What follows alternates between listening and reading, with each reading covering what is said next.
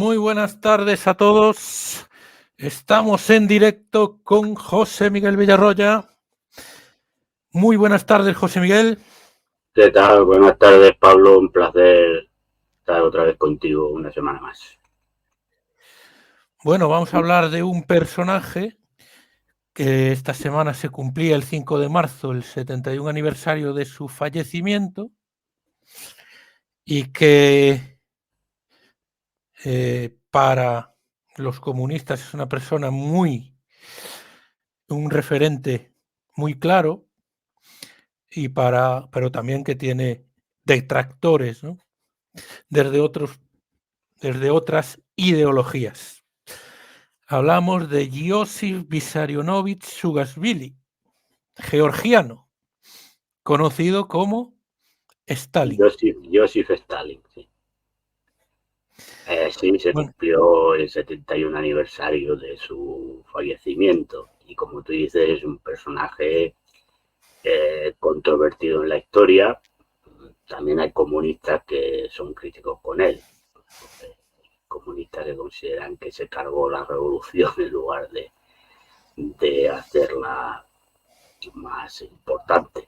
Pero bueno, digamos que sí es muy criticado, pero normalmente los que triunfan pues son bastante criticados por sus enemigos, ¿no? Él decía que tirarán toneladas de basura sobre mi tumba, pero el viento de la historia se encargará de limpiarla.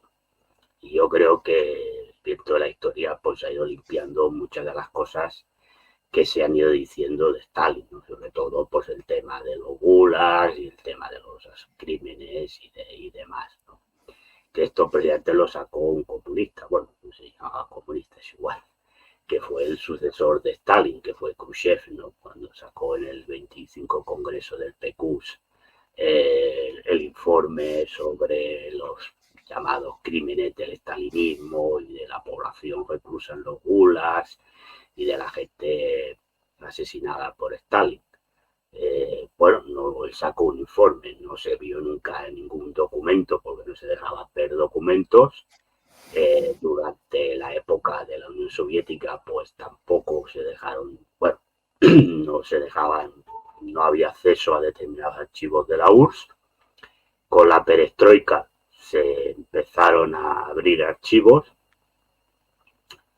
Uno de ellos fue los de la época de Stalin, y cuando empezaron a aparecer trabajos de investigación que pues, refutaban toda esa mito que se había creado alrededor de los crímenes de Stalin, resulta que la URSS cerró otra vez evidentemente esos archivos, esa parte de los archivos, y ya nunca se han vuelto a abrir. Es decir, no, ni en la época después de Yeltsin, ya después de la desaparición de la Unión Soviética, ni creo que ahora están abiertos, es decir, se consideran secretos de Estado, pero durante el tiempo que no fue muy largo, pero que sí que varios historiadores tuvieron acceso a esos archivos, pues se cayó la película. Entonces, claro, imagino que lo volvieron a cerrar porque es evidente que si se hubieran hecho los trabajos con esos archivos de mayor enjundia de investigación, pues se hubiera demostrado pues que todo esto que se explica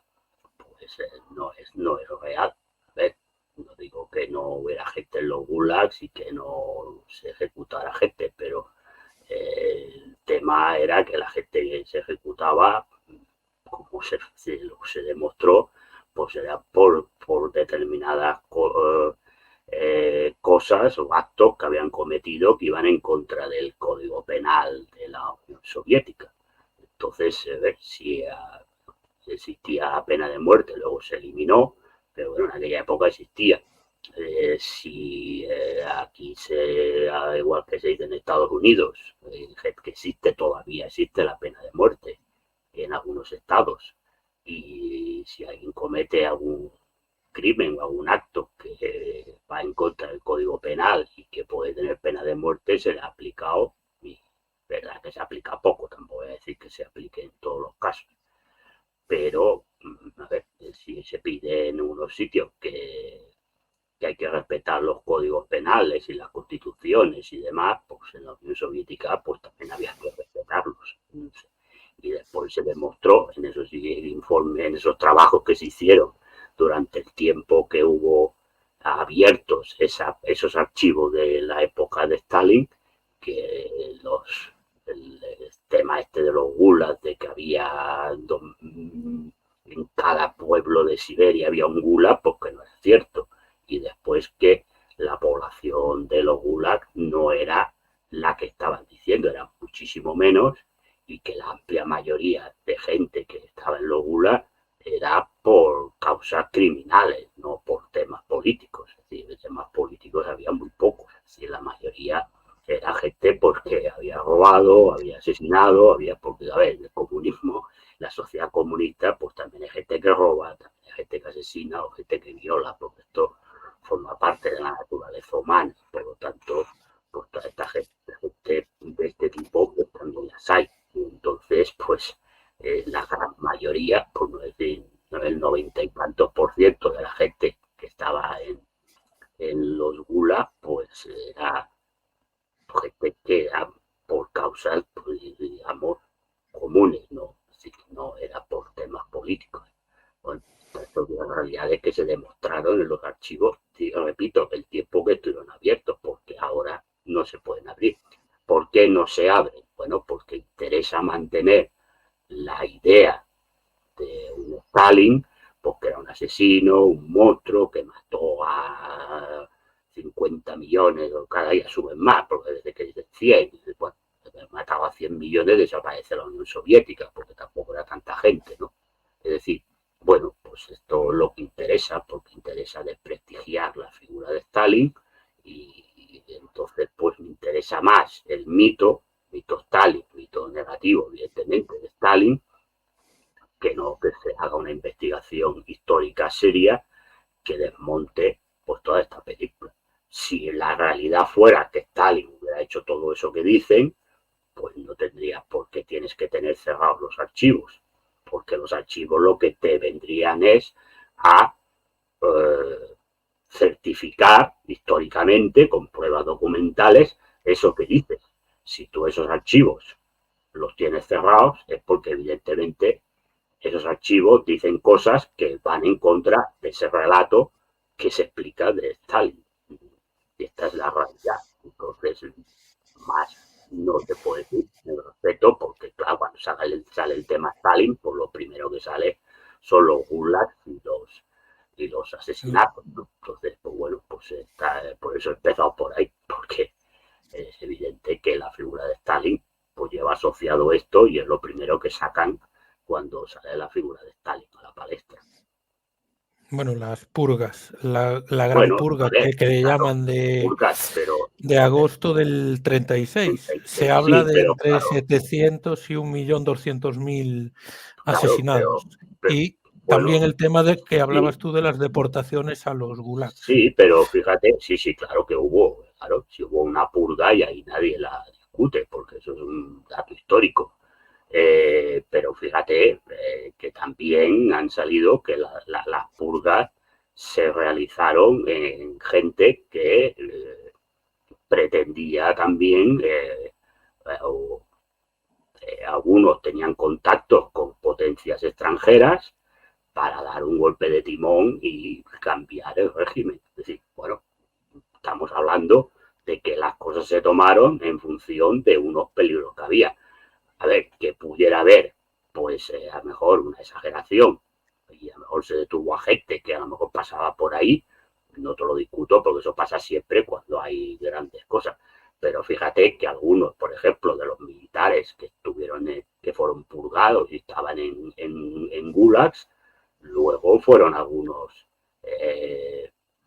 generales importantes durante la Segunda Guerra Mundial. Por el caso de Rokossovsky, era una persona que fue deportada a Siberia por los contactos que tenía con Tukhachevsky, que era el jefe de Estado Mayor en ese momento, uno de los principales comandantes del Ejército Rojo, pero después después se le perdonó cuando la guerra y llegó a mariscal de campo, ya en época de Stalin, no después. Es decir, que por lo tanto luego esa gente se la rehabilitó porque se consideraba que, bueno, pues tampoco habían hecho, más allá de que a lo mejor tuvieran contactos o amistades o estuvieran de acuerdo con determinadas cosas, pero luego se les rehabilitó y tuvieron una vida normal y no les pasó absolutamente nada. Es decir, bueno, a ver, que pudieran pasar cosas que no eran, bueno, pero esto pasa siempre, porque a veces tú inicias un proceso de limpieza en red, claro, tampoco controlas lo que hagan mucha gente en determinados sitios de la Unión Soviética que era muy grande, claro, pues claro, que hubo gente que a lo mejor denunció a alguien porque le caía mal, pero esto por desgracia es la vida, y esto pues seguramente debió pasar en algunos casos concretos y específicos, pero esto pasa siempre, es decir, entonces tampoco es, sí, pero bueno, de los casos que se hablan de los más conocidos, pues se ha demostrado que eran gente, bueno, pues que tenían contactos con potencias extranjeras para cambiar cosas dentro de la Unión Soviética. Entonces, bueno, pues sí, lo mismo supongo que pasaría en España, ¿no? Estamos con lo de Puigdemont, se ha hablado con Putin, pues bueno, pues también en la Unión Soviética, si tú tienes un cargo de relevancia y tienes contactos con potencias extranjeras para revertir el gobierno o el modo político, el sistema político, económico y social de tu país, pues es lógico que en la Unión Soviética también se tomarán medidas para defenderse de eso. Claro. Bueno, hay una pregunta, pero como no se ciña al tema, la dejamos para el final. Le voy a pasar preguntas siempre que sean evidentemente respetuosas y procedentes. Esta es procedente y respetuosa, pero no se ciñe al tema en cuestión de hoy. La dejamos para el final, después se la paso a José Miguel. Bueno, el camino tortuoso de Stalin hacia el liderazgo, hacia la sucesión de Lenin, ¿no? Él estaba en el Partido Socialdemócrata Ruso, lo acusaban de posiciones radicales en la corriente bolchevique que había creado Lenin, y acaba siendo el sustituto de Lenin. Lenin llegó a decir que Stalin había acumulado mucho poder y que no estaba muy seguro de que lo fuese a utilizar con mesura, vamos a decir. Bueno, ese es otro mito que hay, es decir, la carta del testamento de Lenin, ¿no? Porque esa carta en principio salió a mucho tiempo después de la muerte de Lenin. Es decir, la sacó la mujer, que por cierto no tenía muy buenas relaciones personales con Stalin. Esto también pasa en el comunismo, ¿no? Que hay gente que no se caiga bien uno a otro. No todo el mundo se lleva bien. Bueno, pues la mujer de Lenin, Talia Kuskaya, no tenía buena relación con Stalin. Y entonces, pues con el tiempo sacó una carta donde decía eso que tú dices, que Lenin había escrito en el testamento político de Lenin, que hizo Lenin cuando ya vio que tenía esa enfermedad, ya había tenido lo que se llama ahora ictus, ¿no? Había tenido un ictus, la había dejado prácticamente inmovilizado de toda la parte derecha del cuerpo. Pero claro, Lenin no podía escribir, esto en teoría lo había dictado. Entonces, bueno, es decir, cuando muere le escribe su testamento político y en su testamento político dice, no dice absolutamente nada de Stalin. Luego ahí aparece una carta que dice que eso es una adenda que Lenin hizo al testamento político que había hecho, donde decía exactamente lo que tú dices, que entendía que Stalin había tomado demasiado control político dentro del partido.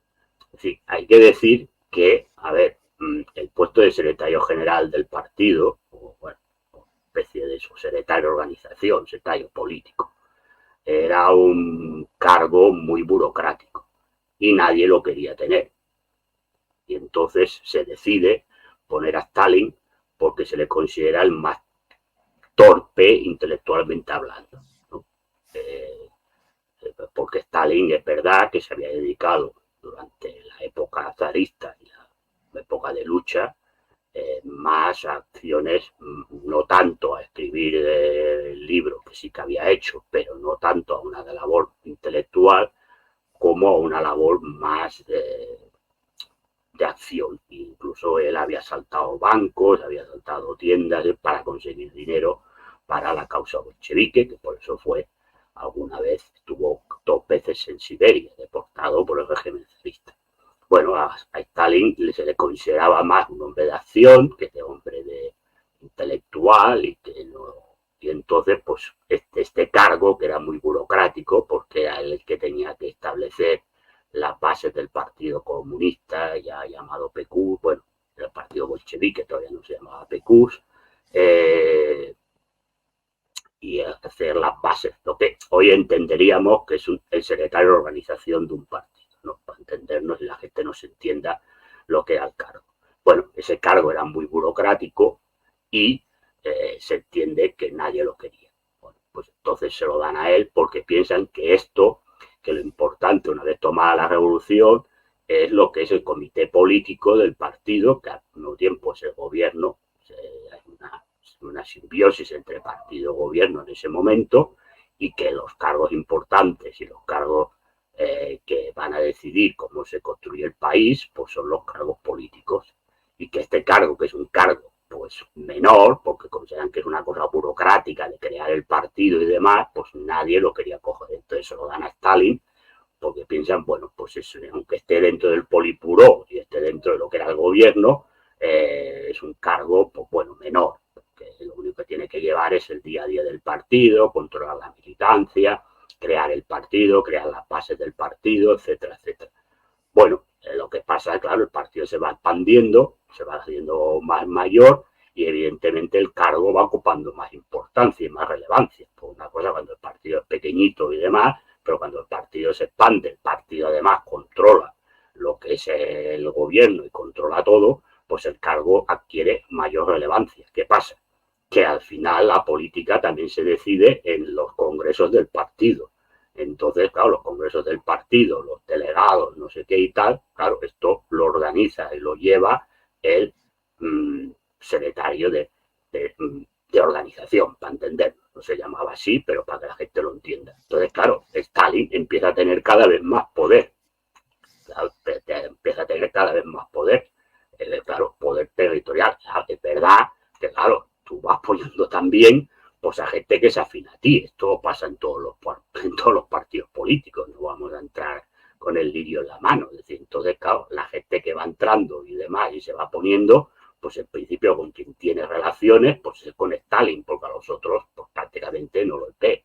Entonces la gente empieza a tener más relaciones con Stalin, y evidentemente a la que el partido se hace mayor, empieza a tener más estructura y empieza a tener ya el control total de lo que es la dirección de la Unión Soviética, pues es evidente que el cargo pues ya no es un cargo segundo, es un cargo importante que controla muchas cosas. Y entonces, pues claro, ahí ¿cuál es el problema? El problema está en que, claro, ya hay gente que dice, bueno, este señor aquí controla esto y nosotros aquí no podemos entrar porque no tenemos el control del partido, no tenemos tal y cual. Bueno, entonces cuando muere Lenin, claro, el tema está, es decir, ¿quién sustituye a Lenin?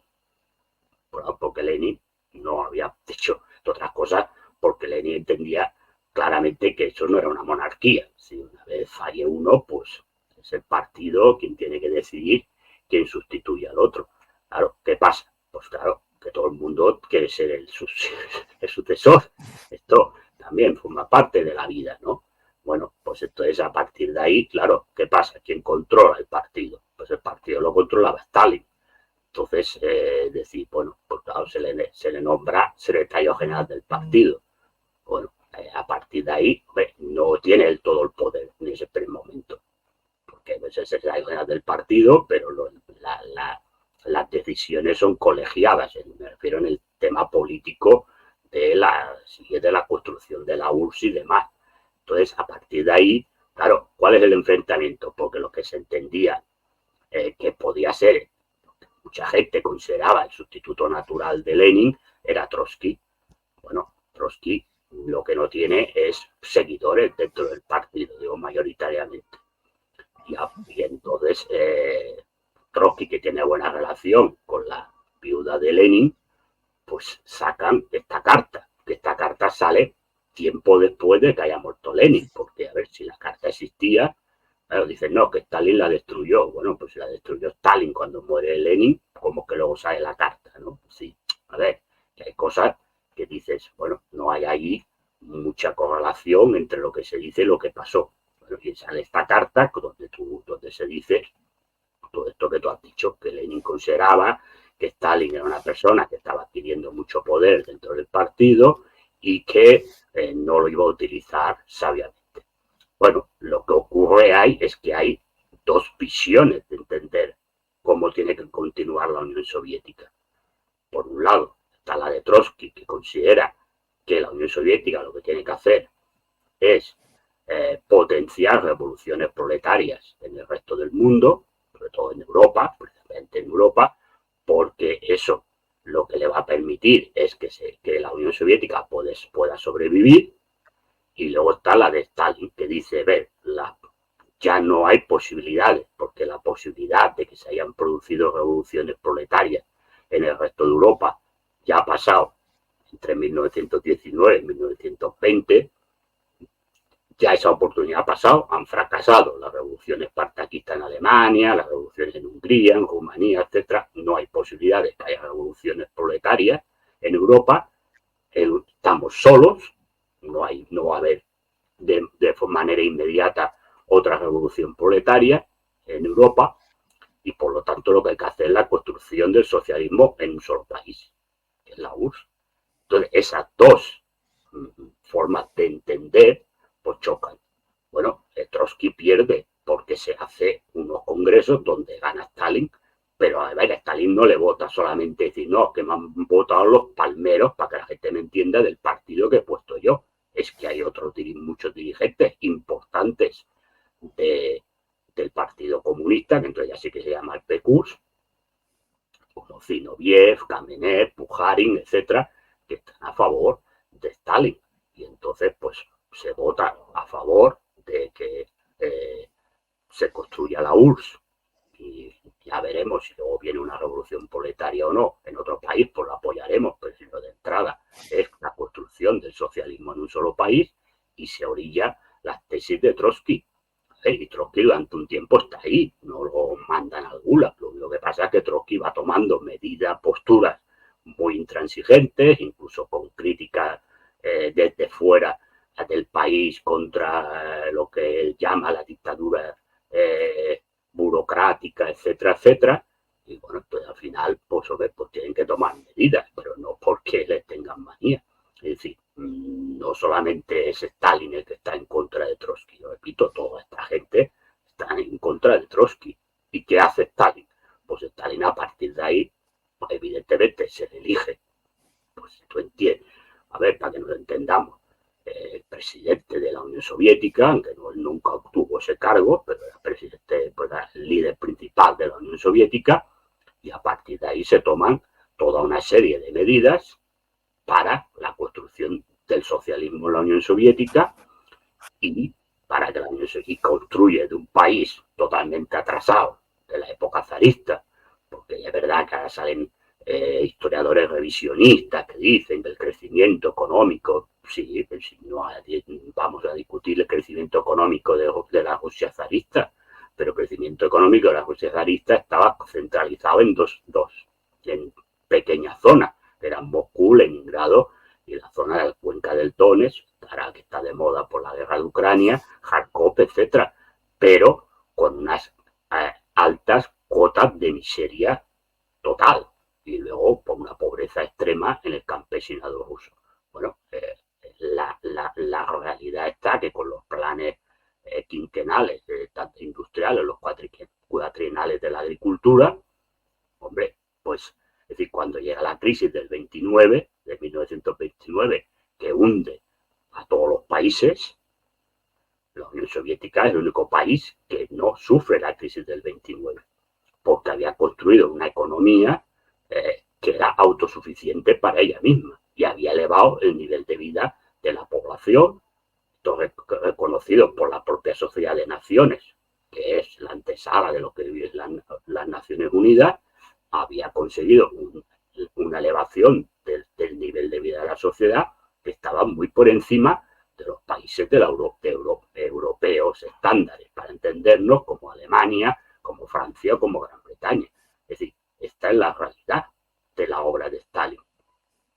Entonces, claro, luego lo otro, pues claro, hay que pensar por qué la realidad es que construye el socialismo, una sociedad sin clases, donde no había explotación de ningún tipo, y construye un país que está un país atrasado, lo convierte a través del comunismo, no a través de una economía capitalista, no, a través de una economía comunista, construye el socialismo, convierte a un país que viene semi-atrasado y en algunas cosas semi-feudal, lo convierte en una potencia europea primero y mundial después de la Segunda Guerra Mundial. Y este es el tema que no se le perdona a Stalin. Por eso a Stalin pues, le interesa vender el mito del genocida, del asesino, etcétera, etcétera, que no la realidad histórica del personaje Stalin, que tendría sus defectos, como los tenemos todos, pero la realidad histórica de la labor y de lo que hizo Stalin es esta, es decir, construir verdaderamente lo que eran las teorías de Marx, de Engels y de Lenin, ponerlas en él, porque Lenin no vivió lo suficiente para construir una sociedad, porque al poco tiempo de la revolución pues tuvo el ictus, sí, bien estuvo un par o tres de años, y además se encontró con la guerra civil, por lo tanto poco pudo hacer. Es decir, quien realmente hace, que construye, pasa de esa fase teórica o esos escritos teóricos a la fase práctica y lo convierte en un éxito, es Stalin. Esto es lo que no le perdonan. Y a partir de ahí, pues construimos el mito. Porque, ¿qué vas a decir? Que no, es que esto se ha hecho esto. Bueno, pero esto es la realidad. Entonces, como esto no se puede discutir, pues esto se tapa con el mito. ¿Cuál es el mito? Genocida, dictador, sanguinario, que era peor que Hitler, que no sé qué, no sé cuánto. Bueno, pues entonces está. Pero la realidad histórica de quien verdaderamente se quiere acercar al personaje Stalin, pues es esta, no hay más. Y es el que salva la revolución. Porque si se hubiera tomado la postura de Trotsky, la Unión Soviética hubiera desaparecido, porque la hubieran invadido. Y en ese momento no tenía posibilidad de salvarse, porque si ellos hubieran intentado provocar revoluciones proletarias fuera de la Unión Soviética, evidentemente los países le hubieran hecho bloqueos económicos que ya lo tenían, aunque luego verdad que pero gracias a que no hacen eso, pues puede pactar con Alemania, puede pactar con otros países, pues antes lo hubieran invadido, porque lo han considerado un enemigo público. Si ya la consideraban enemigo público número uno y habían creado un cordón sanitario de países, de cajadas, de lo que era el imperio zarista, ya directamente lo habían invadido, porque habían considerado que se estaba metiendo en problemas internos o situaciones internas de aquellos países. Es decir, quien salva la revolución bolchevique es Stalin. Esta es la realidad, y la salva dos veces, primero ahí y después en la Segunda Guerra Mundial. Esta es la realidad histórica de Stalin. Bueno, Stalin convirtió la URSS en una potencia militar, en una potencia económica y una potencia industrial. Después, con Khrushchev, como tú dices, pues parece que se intentó un poco borrar el legado de Stalin, independientemente de lo que haya sucedido en la realidad. Borrar estas dos opiniones que se tienen con Stalin va a ser muy difícil. Los que piensen que es un criminal lo seguirán pensando, y los que piensen que fue un gran estadista, pues lo seguirán pensando. Lo cierto es que industrializó la Unión Soviética, la revolución industrial la llevó a cabo con una economía regulada y la industrialización con los planes quinquenales. ¿Crees que Khrushchev fue el principio de la desaparición de la Unión Soviética? Sentó las bases. Yo no voy a decir que él sea culpable, porque es evidente que Khrushchev no pretendía la desaparición de la Unión Soviética. Lo que pasa es que sí es verdad que él sienta las bases, porque, a ver, hay que decir que la gestión política de Khrushchev es bastante lamentable dentro de la Unión Soviética, porque ahí están sus fracasos en las planificaciones agrícolas, etcétera, etcétera, ¿no? Porque para hacer cosas distintas a las que hacía Stalin, pues hizo aquellas planificaciones agrícolas, que eso sí que fue un desastre, y que la Unión Soviética tuvo que comprar un montón de trigo a Estados Unidos y demás, porque si no podía comer la gente. Sí, que Khrushchev fue más lamentable a nivel político, a nivel de gestión política, evidentemente, que tal. Bueno, yo creo que, a ver, a mí me parece que Khrushchev lo que hace, es decir, para sacarse de encima, yo creo que lo que quiere es diferenciarse del régimen stalinista. Entonces saca ese informe y habla de la desestalinización de la Unión Soviética, y entonces habla, pues eso, de los gulag, de los asesinatos, de tal y que cual, y de todo lo que se había hecho. Bueno, todas esas cosas le pueden decir que lo había hecho él, porque Khrushchev estuvo muchos años en el círculo íntimo de Stalin, por lo tanto, entonces supongo que si Stalin era responsable, también lo era él, ¿no? Decimos que si no me hubiera matado a mí, bueno, pero usted, si ha matado a gente, ha matado a gente, si no, igual, independientemente de que si no lo hago, me matan a mí, eso no te exime de que has matado a gente. Por lo tanto, todo lo que saca Khrushchev, pues se le puede haber aplicado, de Stalin, pues se le puede haber aplicado a él. Pero yo creo que sienta las bases o bueno, o el germen de lo que luego es la desaparición de la Unión Soviética. Aunque también es verdad que, a ver, la Unión Soviética desaparece por traiciones de gente importante que tiene muchos contactos con el extranjero y fundamentalmente con la CIA. Y bueno, y Khrushchev pues no lo tiene. ¿Sí?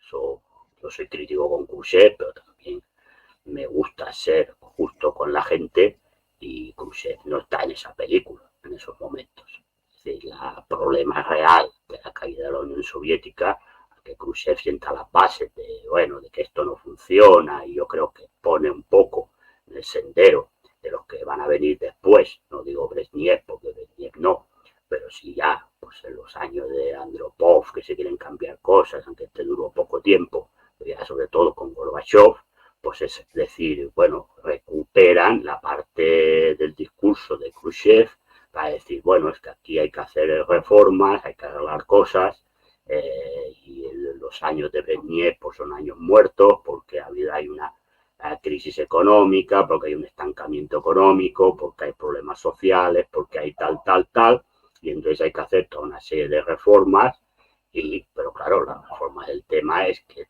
toda esta gente, muchísima gente, incluso los que estaban alrededor de Gorbachev, pues era gente que habían tenido, y se ha demostrado con el tiempo históricamente, que tenían relaciones, pues, muchos de ellos con la CIA, y por lo tanto lo que trabajaron era para la destrucción de la Unión Soviética, cosa que evidentemente no pretendía Khrushchev, repito, es decir, independientemente de que luego soltara lo que soltara. Y el problema es que, claro, el tema de Stalin, por la gente más fácil que se lo crea, porque no es que lo saque una persona del otro lado, es decir, contraria al comunismo, sino una persona que es comunista, o que se llama comunista, esto es igual, pero bueno, estaba en el Partido Comunista de la Unión Soviética, y que es el premier soviético, pues aparece, y secretario general del Partido Comunista, pues saca un informe hablando de lo que habla.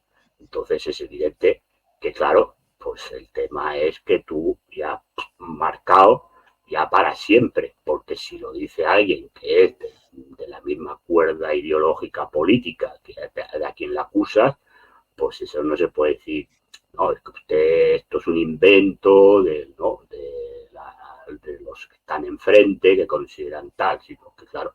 Y entonces, bueno, pues evidentemente del lado occidental, del mundo capitalista, pues se aprovechó esos informes de Khrushchev pues para echar pues todo el manto, todo el mito, que repito, ahora es muy difícil de desmontar, pero que en el breve periodo de tiempo de la época de Gorbachev, que Gorbachev abrió todos los archivos sin distinción y se permitió ver los archivos de la época de Stalin, aparecieron obras que desmentían esta historia. Y curiosamente, repito, porque esto tiene que quedar claro a la gente, los archivos se volvieron a cerrar y siguen cerrados hoy en día. Es decir, los archivos de la época de Stalin están cerrados. Se abrieron y cuando aparecieron estudios que desmentían estas tesis, se volvieron a cerrar. Y a día de hoy siguen cerrados. Por lo tanto, es decir, no debemos suponer que si hay historiadores que tuvieron tiempo de verlos y que se desmintió, debe ser porque los archivos desmienten todas estas teorías que aparecen desde la época de Khrushchev, bueno, ya anterior a Khrushchev, porque ya desde el mundo capitalista ya se hablaba de purgas, matanzas, gulas y no sé qué. Claro, Khrushchev, los informes de Khrushchev lo que hacen es dar pábulo y de dar certificado de autenticidad a estas cosas que se decían del occidente. Bueno, claro, el problema es ese, es decir, es que los archivos históricos están cerrados. Y yo repito, si los archivos históricos dieran la razón a la versión oficial, estarían abiertos, porque eso te significaría que te podría demostrar que la figura de Stalin es, pues eso, un genocida, un asesino, un tal, un cual. Si los cierras y no dejas que los historiadores los investiguen, es porque esos archivos te desmontan la película. Así de claro, no hay más. Bueno, ¿qué sería Europa sin la actuación de la Unión Soviética contra los nazis? ¿Qué hubiese sido Pues Europa? bueno, hubiéramos sido muchos años nazis, ahora igual no, porque claro, también con el tiempo igual la gente se hubiera sublevado y se hubiera, pero es evidente que, a ver, mi historia ficción no me gusta hacer mucha, ¿no? Pero está claro que si la Unión Soviética no hubiera derrotado a la Alemania de Hitler, pues Europa mayoritariamente pues hubiera sido nazi. Esto no hay ninguna duda, porque ya tenía toda Europa excepto Gran Bretaña ocupada. Y luego con países pues, aliados, pues, como era España, donde no estaba, Portugal, Italia, los países balcánicos como Rumanía, Bulgaria, Hungría, eran aliados de Alemania, o Finlandia, además. Es decir, pues el resto de Europa, excepto Gran Bretaña, estaba ocupada por Alemania. Por lo tanto, pues hubiera sido una Alemania nazi, una Europa nazi. No sé si seguiríamos igual, siendo hoy nazis, esto ya no lo puedo asegurar. Yo, la historia ficción, la historia contrafactual que decimos los historiadores, a mí no me gusta y no la practico. Porque las cosas hubieran podido cambiar, si podía haber habido revueltas de la población, o el régimen nazi caerse por sí solo por peleas, y esto ya no lo sabemos. Pero es evidente que si no hubiera existido la Unión Soviética, Gran Bretaña sola no podía ganarle la guerra a Alemania. Por lo tanto, pues hubiéramos sido durante muchos años, eso seguro, pues una Europa nazi. Bueno, pues haciendo un repaso sobre lo que fue Stalin, los seguidores que tenemos ahora en directo pueden hacer preguntas.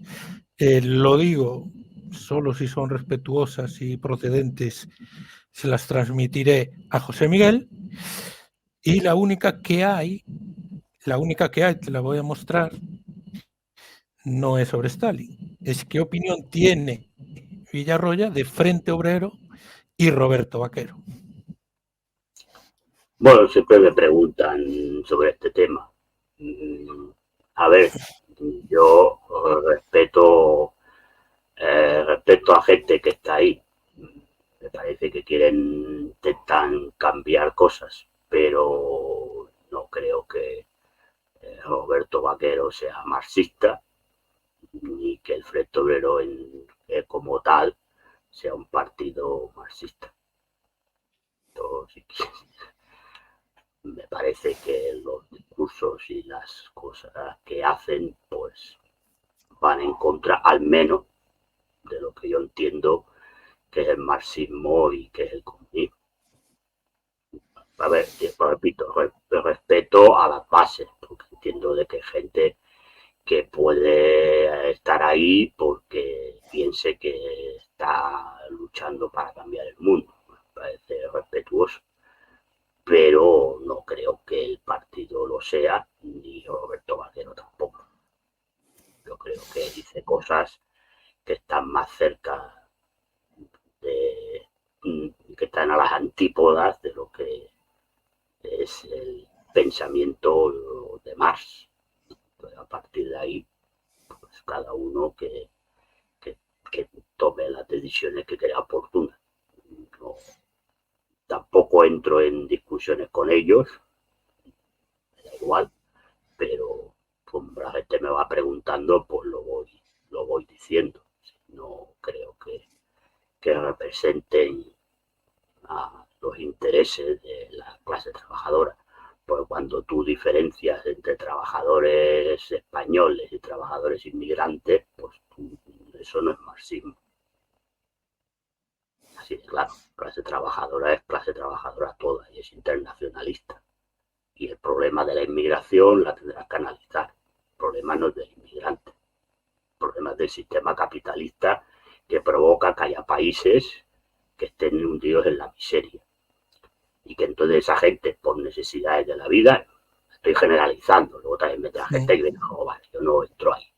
Estoy haciendo una generalización y un análisis marxista. No estoy hablando de temas o casos particulares de este o del otro, de no sé qué. En general, la gente viene porque está en la miseria. Entonces es evidente que a quien le interesa que vengan es a aquellos que los mantienen en la miseria en sus países, que son las grandes corporaciones multinacionales.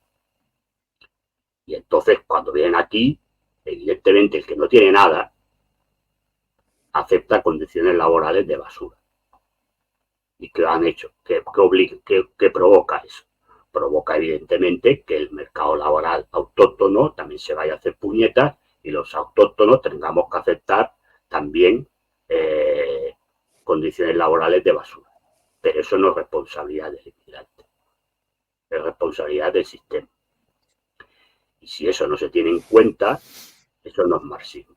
Porque yo les invitaría, cuando hacen estos discursos, Roberto Vaquero, que lo he escuchado muchas veces, que se lea Marx y que lea lo que decía Marx, lo que decía Engels, sobre la relación que tenían que tener los obreros, los trabajadores ingleses, respecto a los trabajadores irlandeses que venían de Irlanda y cómo el gobierno británico, porque en ese momento Irlanda era colonia de Gran Bretaña,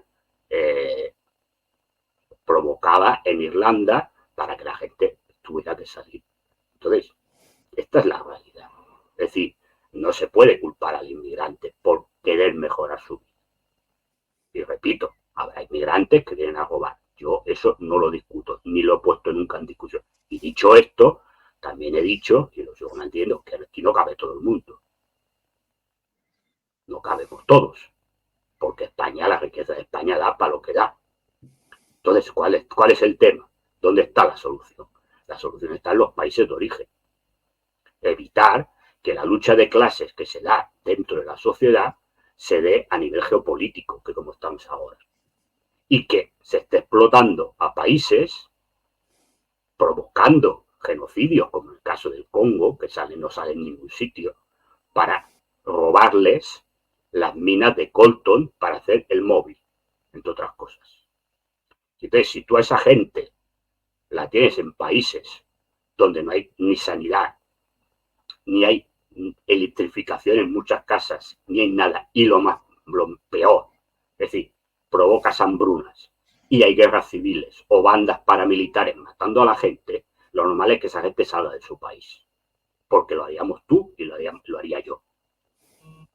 Entonces el problema no es del inmigrante, el problema es del sistema capitalista. Y si no pones el foco en el sistema capitalista y no luchas para la destrucción del sistema capitalista, no eres marxista. Porque si pones el foco en que el culpable es el inmigrante que viene,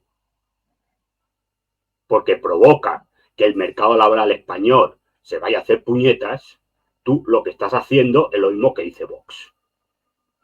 No, eso no es marxismo. El marxismo está en entender que la lucha de clases no solamente es nacional, también es internacional. Y que se produce explotación no solamente dentro de la sociedad, sino también entre países. O, no tanto entre países, perdón, entre las élites financieras y capitalistas que controlan países donde explotan a su población y luego explotan a terceros países. Esta es la realidad. Porque decir que la culpa del inmigrante lo que haces es dividir a la clase trabajadora, que es lo que quiere el sistema.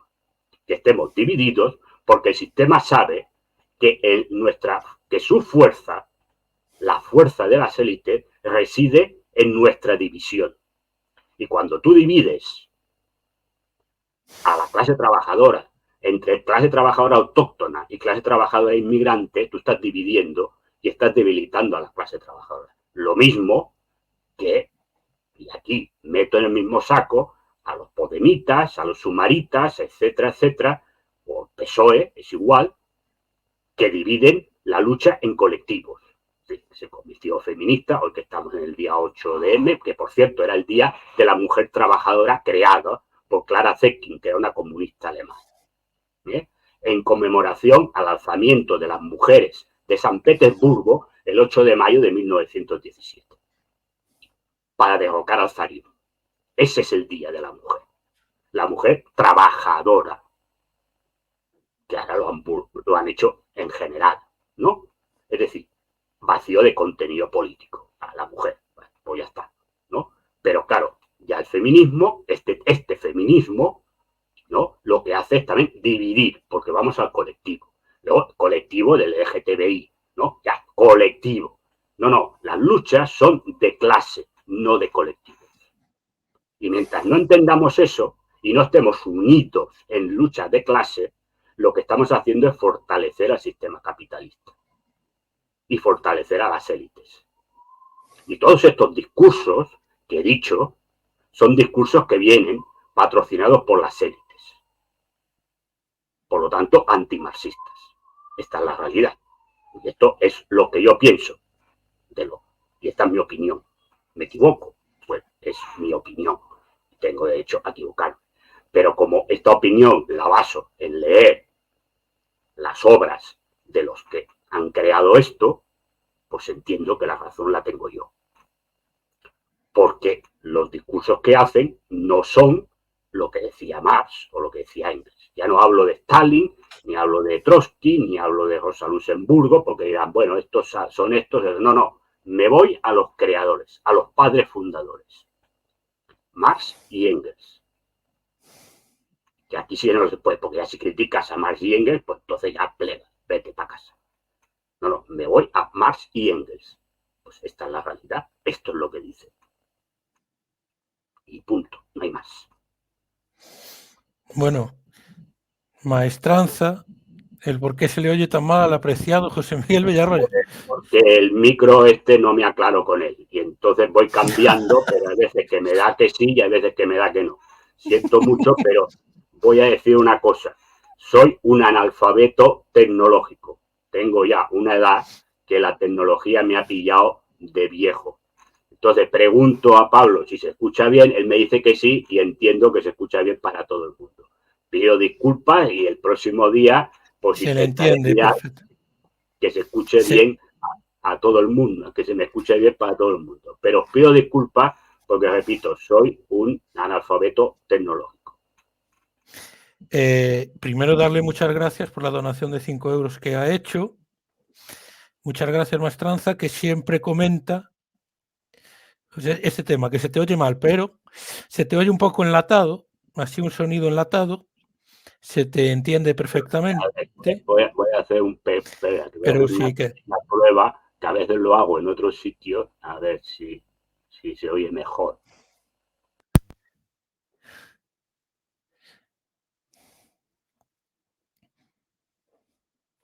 No se oye, ahora ni se oye.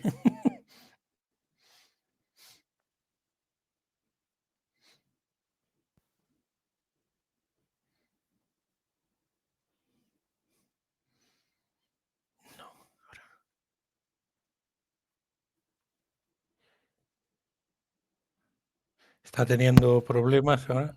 Ahora se ha A ver, vuelto. ahora se oye. ¿Se oye mejor ahora? Yo te oigo bien. Ahora dice Maestranza que Villarroya es Dios. A ver. Bueno, pues lo has Rosa arreglado. Montagut.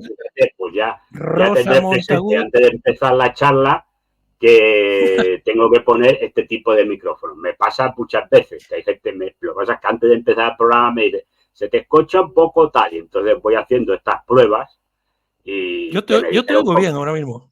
bueno, pues ya está, Y si se me oye bien, pues Rosa antes pues, Montagut, aquí Rosa yo te Montagut escucho bien. dice, yo te escucho bien. Pues os doy, pues, y si lamento si antes se escuchaba bien, pero repito, soy un analfabeto tecnológico. Y entonces no me aclaro con estas cosas, las tuve que aprender durante la pandemia y ahí estamos. Cuando estoy en el trabajo, lo que pasa es que estas charlas no puedo hacerlas en el trabajo. Cuando estoy en el trabajo, pues siempre hay los compañeros jóvenes que saben cómo va esto, me lo arreglan antes de empezar y entonces va todo sobre web. Pero claro, el tema es que charlas políticas en el periódico no las puedo tener. Lógico y normal. Cosas que tuviera una charla de fútbol o demás, sí, pero temas políticos es evidente que no las puedo tener y entiendo perfectamente, no estoy acusando a la empresa de censurarme, sino que entiendo que es normal. Es decir, yo estoy usando una temas de laborales que te ponen para trabajar para hablar de cosas que no tienen nada que ver con el trabajo. Pues repito, si hablas de un programa deportivo, pues vale, lo pueden entender, pero para hablar de política, pues entiendo que no se puede hacer y por lo tanto lo tengo que hacer en casa. Eso no es normal. A ver, te dan aquí un consejo, pero te mandan gastar dinero, ¿eh? Gástate 5 No, si euros y lo cómprate un tengo, a micrófono ver, condensador. si me lo han enviado. A ver, el próximo día me pondré uno. A ver, tú sabes que colaboro con Ciro López en su Twitch. Bueno, pues Ciro me ha enviado, Sí. lo que pasa es que no me gusta ponerme cosas que me envíen otros para otros programas que no son esos. Pero bueno, el próximo día me lo pondré, porque con este ya Le pides permiso. me configuraron todo desde, porque Twitch tiene una persona que lleva los temas técnicos y entonces desde allí puse el permiso para que me entraran al ordenador, me configuraron todo y con el micro ese que me ha dado, que bien, es parecido al tuyo, con los cascos y entonces se escucha de P madre. Sí. Pero bueno, pues ya el próximo viernes me lo pondré y ya está. Lo que pasa es que me dieron este también y con este se escuchaba bien, pero ahora no sé qué Este es muy pasa. barato, ¿eh?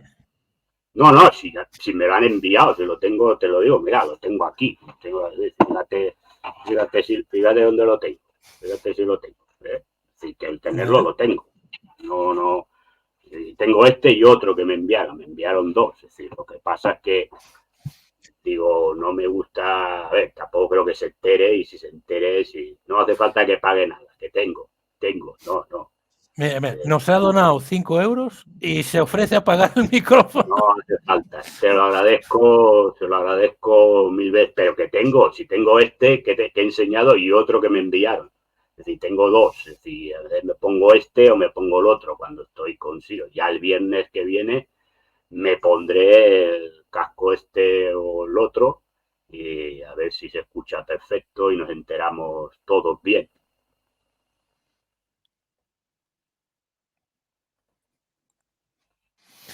Bueno, pues algún comentario aquí de lo mismo que hemos hablado durante, o que tú explicaste durante mucho tiempo y de lo que yo he dicho, ¿no? Que los que tienen una visión de Stalin la van a seguir teniendo y los que tienen la otra también. Dice aquí Alfonso, bueno, voy a poner Stalin 20 millones de muertos, buen rojo. Bueno, este ha bajado la cifra, este ha bajado la cifra.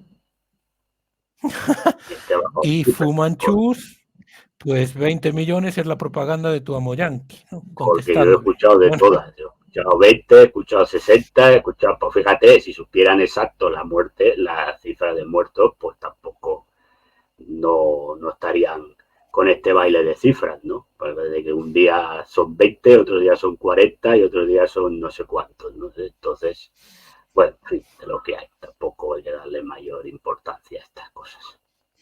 No, bueno, en eso coincido. La imagen de Stalin va a ser la que es decir, los que consideren que es un genocida y un asesino, pues va a seguir siendo así, los que creemos que no, pues vamos a seguir manteniéndolo. Eso no hay, creo que en eso no hay mucha discusión. Bueno, el otro día en la parte de mi ley que saqué, nos calificaban a los dos de trotskistas y leninistas. Bueno, no me doy por aludido, yo no me doy por aludido. No, hombre, no, yo, a ver, no soy trotskista. A ver, reconozco que Trotsky tiene aportaciones teóricas interesantes, pero no soy trotskista, para nada. Leninista sí, pero trotskista no. Leninista pero sí. Bueno, como el señor Milei, stalinista también, ¿no? Llama comunista, señores de cualquiera que pase por allí le critica, le llama comunista, pues supongo que si algún seguidor de Milei, pues es lógico que no, bueno, a mí si me llama comunista no me insulta, desde luego, pero bueno, un poco me da igual, si no... Bueno, esta semana te llamarán stalinista. Bueno, pero esto me lo llaman siempre, ¿no? Que tampoco me insultan. Es decir, si quiere escribir para insultarme, no pongan stalinista, porque no me siento ofendido, ¿no? Es decir, no, es que lo soy, es que yo mismo ya me reconozco que soy stalinista.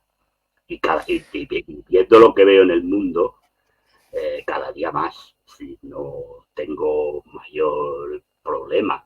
Tengo una foto de Stalin, lo que pasa es que no la pongo por delante porque sé que hay gente que hago programas que no son de política, además, y hay gente que sabe la foto de Stalin, pues entiendo de que les pueda molestar.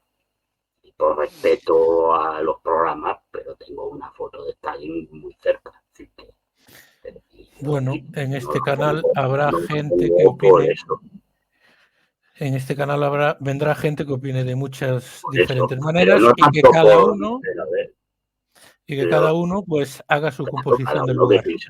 Pero repito que la foto no es por la gente que lo ve o no lo ve. Porque, a ver, estoy en mi casa puedo tener lo que quiera. Porque estoy en mi casa, donde estoy ahora. Es decir, el tema es que entiendo, a ver, que si pongo la foto en un sitio que aparece aquí, entiendo que estoy en programas de otras personas que no porque les moleste a ellos, sino porque, a ver, este programa es político, pero contigo también hago un programa de deportes. Y hay gente, y la mayor parte de los programas que hago por aquí, la mayoría son de deportes. Entonces entiendo de que el dueño del canal, aunque le dé igual, pero sí que se puede encontrar que de golpe aparezcan 200.000 entradas llamando no sé qué, canal de mierda o lo que sea. Bueno, entonces entiendo, por respeto, claro, por respeto a la persona que me invita a su canal, pues me pongo la foto más para allá y ya está. Parece el escudo del Madrid, que esto sí que no lo voy a quitar, lo siento mucho. Que le guste bien, bien, y al que no también. Pero ya está, pero yo tengo la foto de Stalin, por lo tanto me considero stalinista y no voy a entrar en, pues me llaman stalinista, pues que me llamen.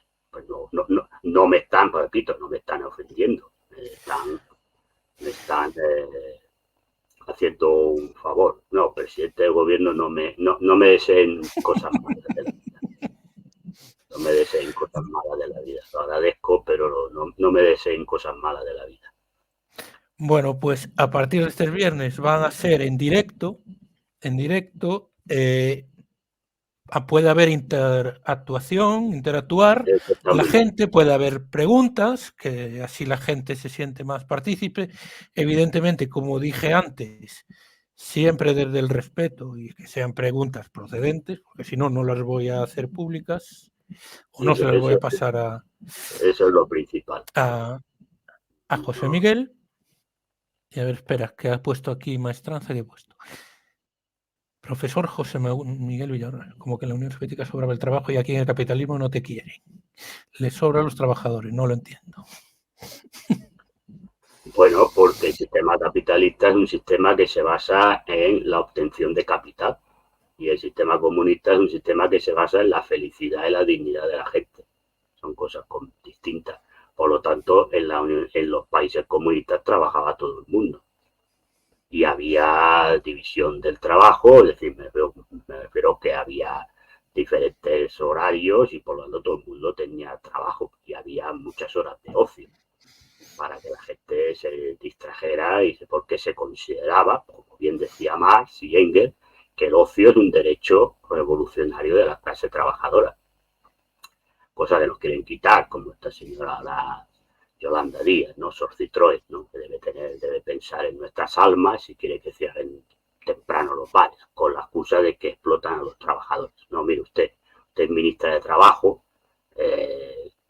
vigile que los bares, restaurantes, locales de ocio nocturno cumplan con la ley laboral, que paguen a los trabajadores lo que le tienen que pagar, que estén en las condiciones legales, con sus horarios, hagan el horario que hagan, cobren lo que tengan que cobrar, con la ley de riesgos laborales, todo esto igual, y deje que la gente salga a divertirse, porque el ocio es un derecho revolucionario.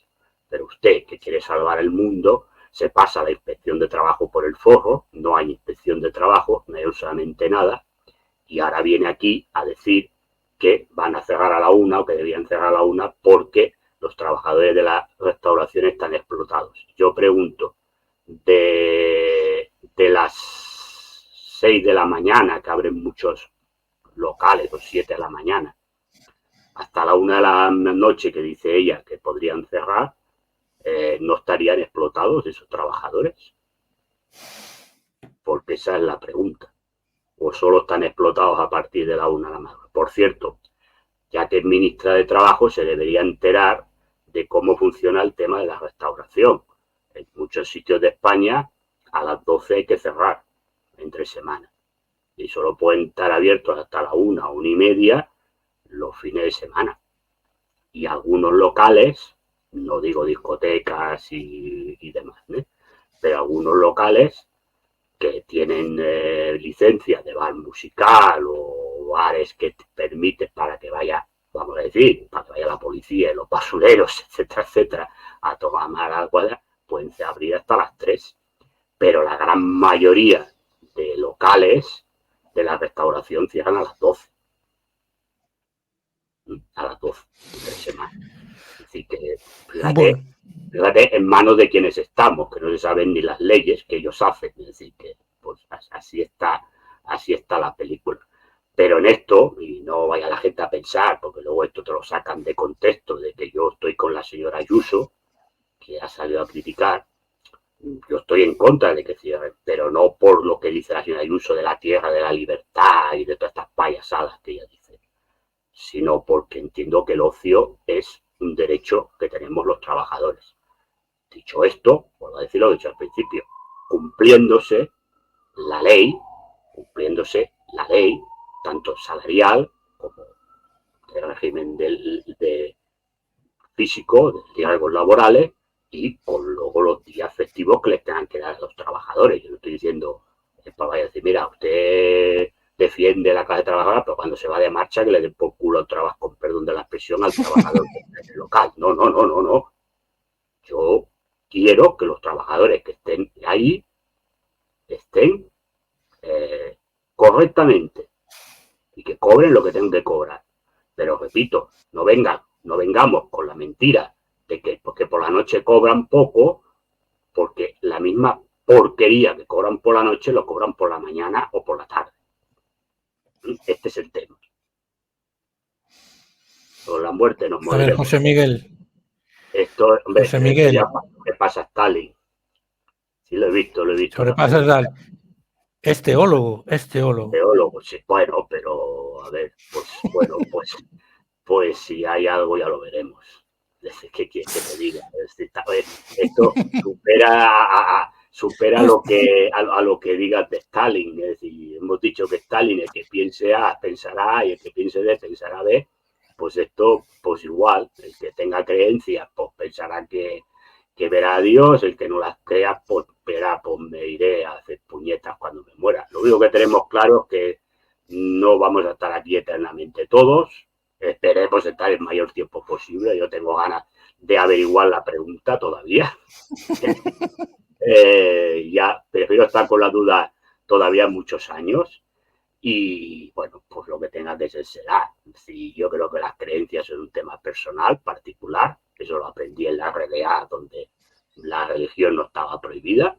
Había iglesias y quien quería ir a la iglesia iba. El Estado era totalmente aconfesional y laico, pero había iglesias abiertas. Estaban las iglesias protestantes, la católica, que eran las que había, y el que quería ir, pues iba a la iglesia. Pues bueno, esto es un tema personal y el que quiera creer, que crea, y el que no quiera creer, pues también. Cuando nos vayamos, averiguaremos. Lo que pasa es que luego no viene nadie a decírnoslo, ¿no? Pero bueno, averiguaremos lo que hay, si es que hay algo o no hay nada. Está. Bueno, la muerte, bueno, cuidado con esta pregunta. La muerte de uno es gratis, pero el entierro no. Por lo tanto, ya sacan dinero con la muerte. Tú te has muerto y salió, se acabó la película, pero el que se queda detrás, cuidadito con el entierro si no tienes seguro de función, que te pegan una castaña que te dejan seco. Es decir, que por lo tanto la muerte gratis tampoco es. La muerte de uno sí, pero el tema es que es de quien se queda detrás, que tiene que pagar el entierro. Bueno, pues cerramos hoy aquí el directo con José Miguel. La pregunta que hace Maestranza se la traslado el próximo día. Un fuerte abrazo, José Miguel. Un fuerte abrazo, Pablo, y hasta la semana que viene, y un saludo a todos nuestros espectadores, los que lo han visto en directo y los que lo vayan a ver. Lo verán después. Y que se suscriban, se pueden suscribir, el que no lo esté. Es diferido. Pues muy bien, Pablo, que tengas una buena semana. Hasta luego. Un abrazo igualmente. Un abrazo.